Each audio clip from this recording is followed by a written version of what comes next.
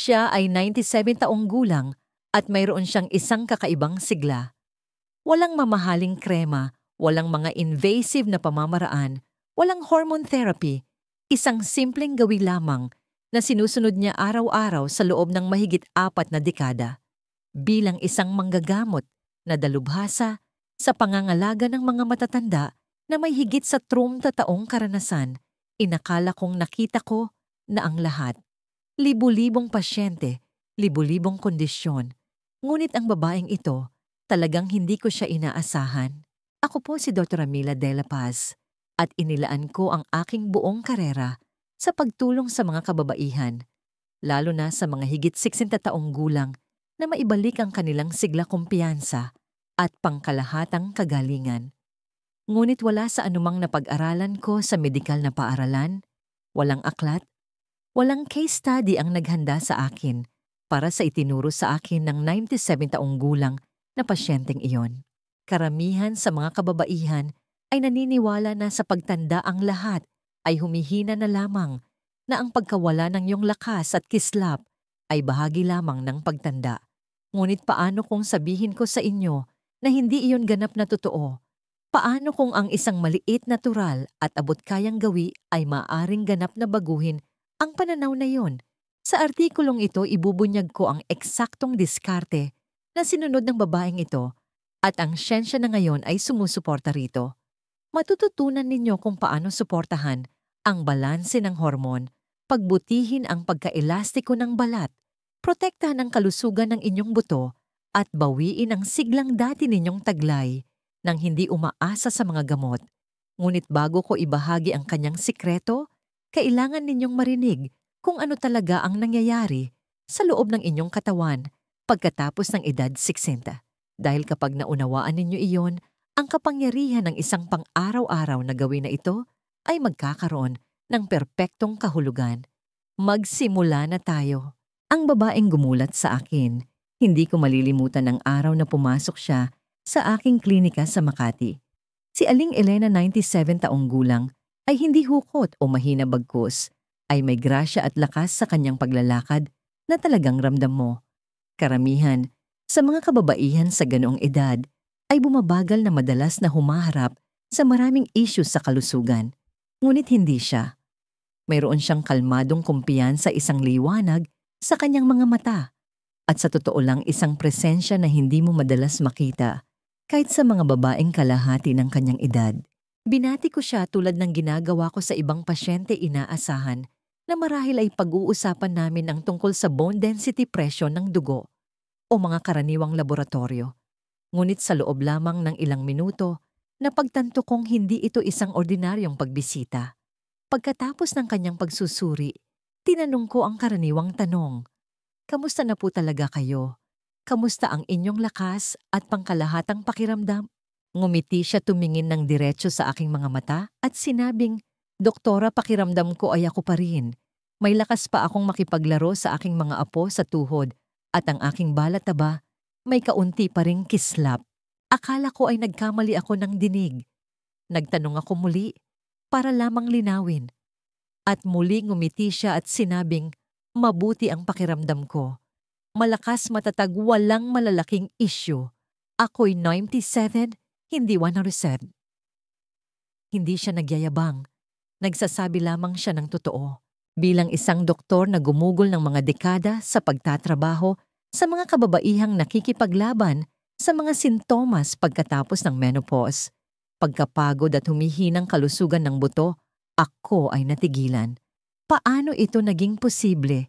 Ano ang ginagawa niyang iba sa libu-libong babaeng ginamot ko na marami sa kanila ay 30 taon na mas bata at ramdam na ang pagod? Kaya lumapit ako at diretsong nagtanong, ano po ang inyong sikreto? At hinding-hindi ko malilimutan ang sinabi niya. May isang bagay akong ginagawa araw-araw. Isang gawi lang. Ginagawa ko na ito mula noong ako'y nasa 50s. Simple lang, natural at pinaniniwalaan ko ito. Inakala ko na ito ay isang bagay na komplikado, isang bihirang suplemento, isang mamahaling therapy. Pero hindi. Ang sinabi niya sa akin ay napakapangkaraniwan, napakabaliwala na halos matawa ako. Ngunit hindi ako tumawa, dahil ang mga resulta ay nasa mismong harapan ko.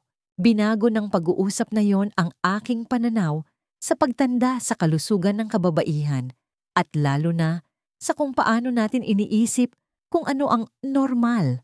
Pagkatapos ng sinid, ang babaeng ito ay hindi isang exception sa patakaran. Siya ay buhay na patunay na kailangang baguhin ang patakaran. At ang kanyang ibinunyag ay nagdala sa akin sa isa sa pinakasimple at pinakamakapangyarihang kasangkapan na ibinibigay ko ngayon sa aking mga pasyente araw-araw. Hayaan ninyong ipakita ko sa inyo kung ano talaga ang gawin na ito at kung bakit ito gumagana ng mas mahusay kaysa sa inaakala ng karamihan. Ang pang-araw-araw na gawi na nagpabago sa lahat. Inaamin ko noong una, hindi ako lubos na naniwala sa kanya. Magalang akong tumango, ngunit sa loob-loob ko iniisip ko, hindi maaring ganoon kasimple. Ngunit kinailangan kong magtanong, ano po itong isang gawin na pinanghawakan ninyo sa loob ng mahigit 40 taon? Ngumiti siyang muli at sinabing, tuwing umaga walang palya kumakain ako ng isang dakot ng sari-saring hilaw na mani at buto. Iyon lang isang dakot ng mani. Walang mga krema, walang mga hormone patch, walang mahigpit na regimen. Nagulat ako, nagduda pa nga. Ngunit mayroong isang bagay sa paraan ng kanyang pagsabi nito, ang pagiging tuloy-tuloy ang paninindigan na nagpatigil sa akin. At pagkatapos, ay naalala ko ang nakita ko sa silid ng pagsusuri, isang babaeng papalapit na, sa hanarad matalas pa rin, ang isip maliksi ang katawan, at oo, nagniningning pa rin sa sigla. Ang ganoong uri ng kalusugan ay hindi nagmumula sa swerte lamang. Kaya nagsimula akong magsaliksik. Binalikan ko ang mga pag-aaral. Sinuri ko ang mga medical journal, mga pag-aaral sa nutrition datos ng hormon anumang makakatulong sa akin na maunawaan kung ano ang nangyayari sa loob ng kanyang katawan. At sa aking pagkagulat naroon ang siyensya. Matibay na patunayan at higit na malawak kaysa sa inaasahan ko. Ang isang pang-araw-araw na gawin na ito ay gumagawa ng higit pa sa pagtulong sa kanyang balat. Sinusuportahan nito ang kanyang buong sistema.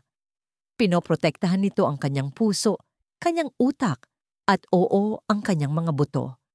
Ang tiyak na timpla ng mga sustansya na matatagpuan sa mga mani at buto na iyon, magnesium, calcium, selenium, malusog na taba, at lalo na ang mga phytoestrogen ay nagtutulungan upang balansehin ang mga hormon, bawasan ang pamamaga, at i-optimize ang natural na katatagan ng kanyang katawan.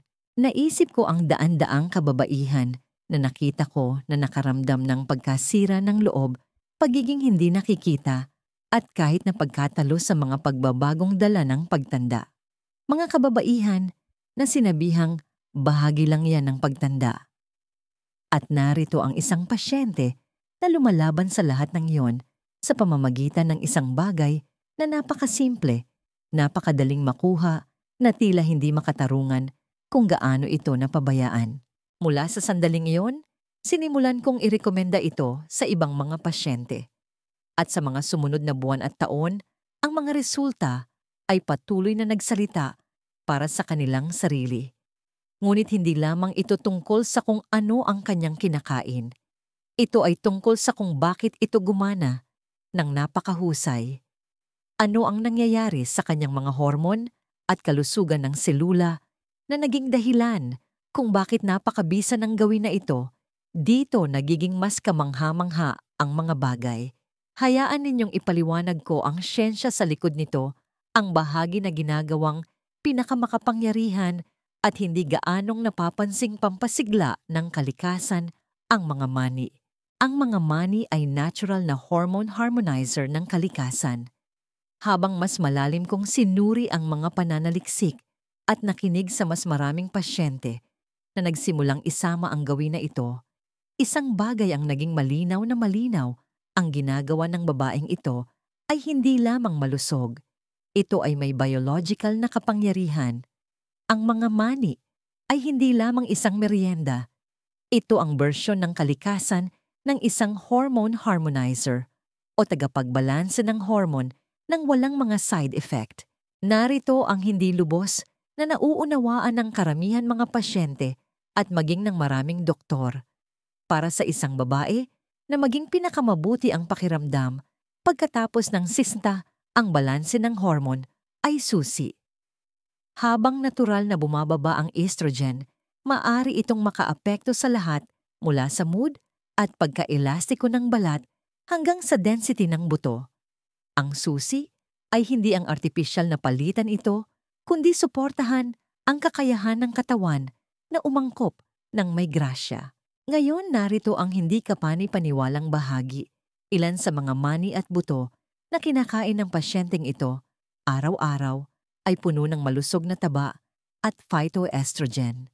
Ang malusog na taba ay ang mga bumubuo sa mga hormone at ang mga phytoestrogen ay mga natural na compound mula sa halaman na maaaring dahan-dahang gayahin ang estrogen sa katawan na tumutulong na pagaanin ang mga epekto ng pagbaba nito.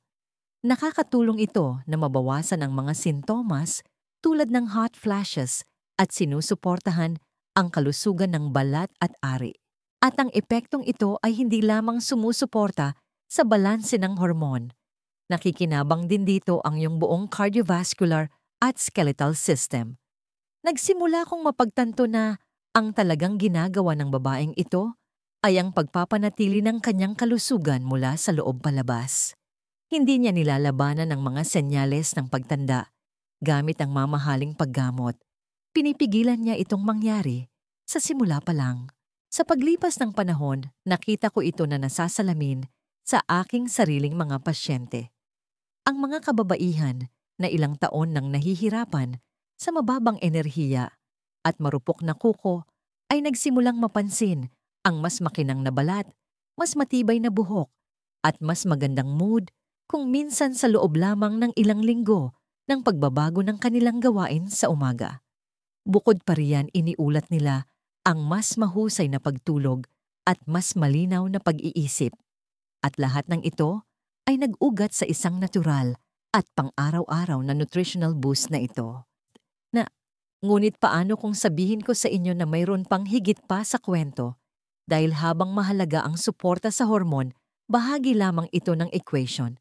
Ang tunay na sikreto ay nakasalalay sa mga tiyak na uri ng mani na kanyang kinakain at kung ano ang ginagawa ng bawat isa para sa iyong katawan. Hayaan ninyong ipakita ko sa inyo ang 6 na namumukod tangi at kung bakit tinatawag ko silang vitality superfoods. Ang 6 na bida para sa isang masiglang ikaw. Nang maunawaan ko kung paano sinusuportahan ng gawin na ito ang kalusugan ng hormon, nais kong malaman kung anong uri ng mga mani ang naghahatid ng pinakamalakas na resulta. Hindi lahat ng mani ay nilikhang pantay-pantay at ang napakagaling na ginagawa ng pasyenteng ito, mapagtanto man niya o hindi, ay ang pagpili ng isang napaka-espesipikong kombinasyon ng mga natural na pagkain na bawat isa ay may natatanging papel sa pagsuporta sa kanyang kalusugan. Sinimulan kong tawagin silang Vitality Superfoods dahil sa totoo lang iyon talaga sila. Ipapakita ko sa inyo ang nangungunang 6 na isinama niya sa kanyang routine at na ngayon ay inirerekomenda ko sa halos bawat matandang babaeng pasyente na pumapasok sa aking klinika. Almonds ay agad na napansin. Mayaman ito sa vitamin E na napakaganda para sa kalusugan ng balat at isang mahusay na mapagkukunan ng calcium at magnesium para sa katibayan ng buto. Walnuts ay isa pang makapangyarihang kakampi. Dahil sa mataas na nilalaman nitong omega-3 fatty acid, binabawasan nito ang pamamaga at sinusuportahan ang kalusugan ng utak susi para manatiling matalas at nakatuon. Flax seeds ay nagdadala ng lignans, isang uri ng phytoestrogen na partikular na nakakatulong sa pagbalanse ng mga hormone pagkatapos ng menopause. Brazil nuts din ay isang personal na paborito kong irekomenda dahil sa mayaman nitong selenium. Ang selenium ay mahalaga para sa paggana ng thyroid na namamahala sa iyong metabolismo at antas ng enerhiya. Pagkatapos ay mayroong pistasyo, isang kahangahangang mapagkukunan ng mga antioxidant na nagpoprotekta sa iyong mga selula mula sa pinsala at sumusuporta sa kalusugan ng puso. At panghuli, pumpkin seeds, puno ng magnesium at zinc. Tumutulong itong suportahan ang density ng buto at regulasyon ng mood na lubos na kritikal habang tumatanda ang mga kababaihan. Bawat isa sa mga ito ay may sariling lakas, ngunit magkakasama, lumilikha sila ng isang synergistic na epekto, isang uri ng natural na formula na sumusuporta sa iyong skeletal system, nagbabalanse ng mga hormone at nagpapalusog sa iyong katawan sa paraang idinisenyo itong alagaan. Walang synthetics, walang side effects, pagkain lamang sa kanyang hilaw at makapangyarihang anyo. Gayunpaman, kahit sa lahat ng mga benepisyong ito, mayroong isang alalahanin na madalas kong marinig mula sa aking mga pasyente. Ito ay isang balidong alalahanin at karaniwan itong ganito. Ngunit doktora, hindi ba't mataas sa taba ang mga mani? Hindi ba't magpapataba yun sa akin? Ito ay isang magandang tanong at ang katotohanan ay maaring magulat ka. Hayaan ninyong ipaliwanag ko kung ano talaga ang kailangan ninyong malaman tungkol sa taba control sa dami at kung paano gamitin ang gawin na ito sa matalinong paraan. Ngunit doktora, hindi ba't mataas sa taba ang mga mani karaniwan? Ang alalahanin na yon tungkol sa taba at lubos ko itong nauunawaan. Marami sa aking mga pasyente ang lumaki sa panahon ng low-fat diet craze kung saan sinabihan tayong ang taba ang kalaban. Kaya kapag iminumungkahi kong kumain ng mani araw-araw, ang kanilang unang reaksyon ay karaniwang pag-aatubili. Ngunit ang hindi napagtatanto ng karamihan sa mga kababaihan ay ang mga taba na matatagpuan sa mga mani ay ilan sa mga pinakamalusog at pinakaprotektibong sustansya na maaari mong ilagay sa iyong katawan, lalo na habang ikaw ay tumatanda. Hindi ito ang mga taba na nag-aambag sa hindi malusog na pagtaas ng timbang o mataas na kolesterol. Ito ay mga unsaturated fats, mga omega-3 at monounsaturated fats na tumutulong magpababa ng pamamaga, mag-regulate ng blood sugar at suportahan ang inyong puso. Gumaganap sila tulad ng mga panloob na moisturizer na pinapanatiling malambot ang iyong balat at may langis ang iyong mga kasukasuan. Higit pa rito, ang mga taba na ito ay mahalaga para sa paggana ng utak at sa pagsipsip ng mga fat-soluble na bitamina tulad ng A, D, at K. Nangangahulugan yon ng mas mahusay na focus, pinabuting memorya at mas matibay na mga buto. Kaya kapag kumain ka ng isang dakot ng mga mani na ito araw-araw, hindi mo lang ginagawa ang isang bagay na mabuti para sa iyong panlabas na kislap. Namumuhunan ka sa iyong mahabang buhay, sa iyong talas ng isip, at sa iyong emosyonal na katatagan. At narito ang katotohanan tungkol sa mga calorie o ang mga mani ay siksik sa calorie, ngunit sila rin ay hindi kapani-paniwalang nakakabusog. Nangangahulugan iyon na mas matagal kang busog, na binabawasan ang pagnanasang kumain ng mga processed food o asukal na tunay na nag-aambag sa pagtaas ng timbang at mga isyu sa metabolismo. Isang dakot, mga 1.5 hanggang 2 onsa lang ang kailangan mo. Hindi ito tungkol sa pagkain ng mas marami. Ito ay tungkol sa pagkain ng mas matalino. Ang 97 taong gulang na pasyente na nagbigay inspirasyon sa lahat ng ito, hindi siya kumakain ng labis. Hindi rin niya binibilang ang bawat calorie. Gumawa lang siya ng isang maliit at sinasadyang pagpili araw-araw. At sa paglipas ng panahon, nagbunga ang pagiging consistent na yon, hindi lamang sa kanyang hitsura, kundi sa bawat aspeto ng kanyang kalusugan. Ngunit narito ang bahaging nais kong marinig ninyo ng malinaw at malakas, hindi lamang ito tungkol sa siyensya. Ito ay tungkol sa isang bagay na mas malalim, isang bagay na emosyonal, isang bagay na maraming kababaihan ang takot sabihin ng malakas. Gusto kong pag-usapan kung ano ang nangyayari sa iyong pakiramdam sa sarili habang ikaw ay tumatanda at kung paano makakatulong ang simpleng pang-araw-araw na gawin na ito na maibalik ang higit pa sa iyong pisikal na kalusugan. Higit pa sa kalusugan, ito'y tungkol sa muling pagiging ikaw. Sa pakikipag-usap ko sa mas maraming pasyente, sa paglipas ng mga taon, may isang bagay na laging lumalabas, hindi lamang sa kanilang mga salita, kundi sa kanilang mga mata, kanilang tindig, kanilang enerhiya. Hindi lamang ito tungkol sa pamamahala ng mga sintomas, ito ay tungkol sa pagkakakilanlan. At iyon ang dahilan kung bakit ang tunay na ibinibigay ng pang-araw-araw na gawin na ito sa mga kababaihan ay hindi lamang pisikal na lakas. Ito ay ang pagbabalik ng dignidad, sigla at isang bahagi ng kanilang sarili na inakala nilang nawala na. Nakita ko na ito ng napakaraming beses.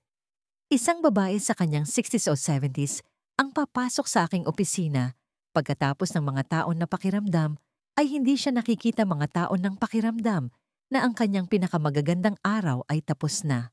Minsan, sumuko na siya. Minsan gusto na lang niyang maging sarili niya ulit. At kapag nag-uusap kami, tunay na nag-uusap, ang hinihiling niya ay hindi lamang medikal na payo. Siya ay humihingi ng pag-asa. Iyon ang dahilan kung bakit hindi ko tinatrato ang pagtanda bilang isang sakit. Tinatrato ko ito bilang isang bagong yugto ng buhay na nararapat na mabuhay ng may sigla.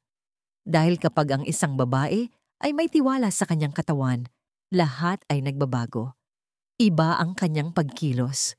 Nagsasalita siya ng may higit na katiyakan.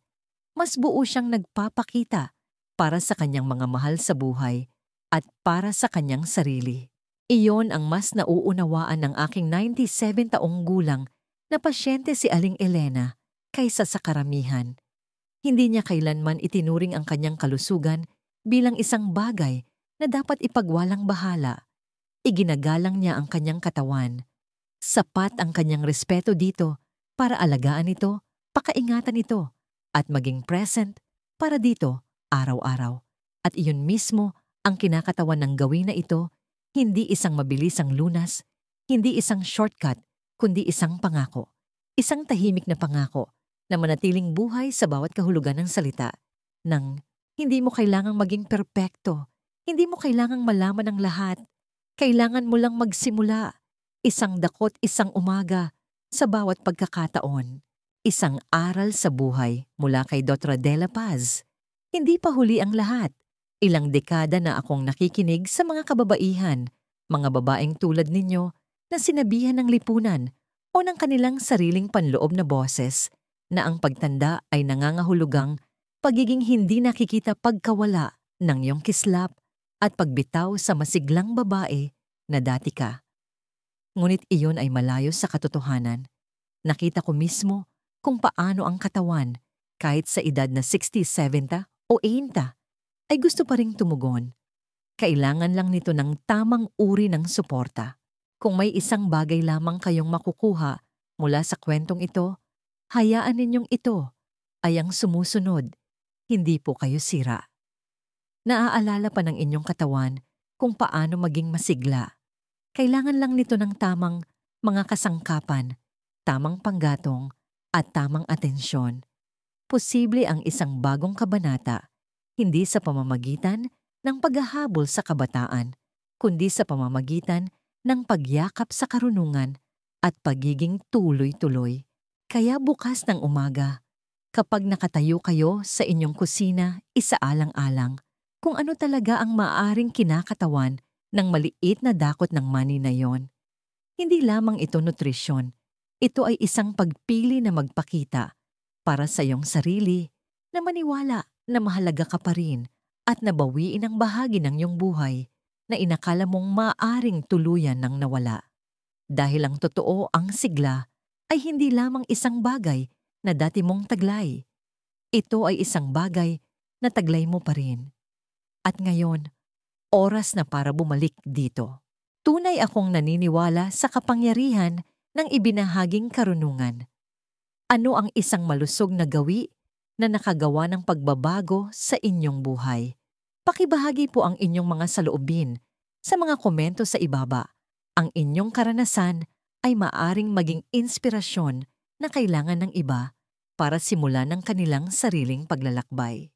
Kung nakaantig sa inyo ang mensaheng ito, mangyaring ibahagi ito sa inyong mga kaibigan, kapatid na babae, o sino mang babae sa inyong buhay na karapat-dapat makaramdam na malakas at may kumpiyansa sa anumang edad. At huwag kalimutang mag-subscribe para sa mas marami pang prangka at tapat na payo tungkol sa paglalakbay sa kalusugan at sigla habang tayo ay nagkakaedad. Hindi po kayo nag-iisa sa paglalakbay na ito at ang inyong boses ay tumutulong na panatilihing buhay ang mahalagang usapang ito. Salamat po sa inyong pagbisita.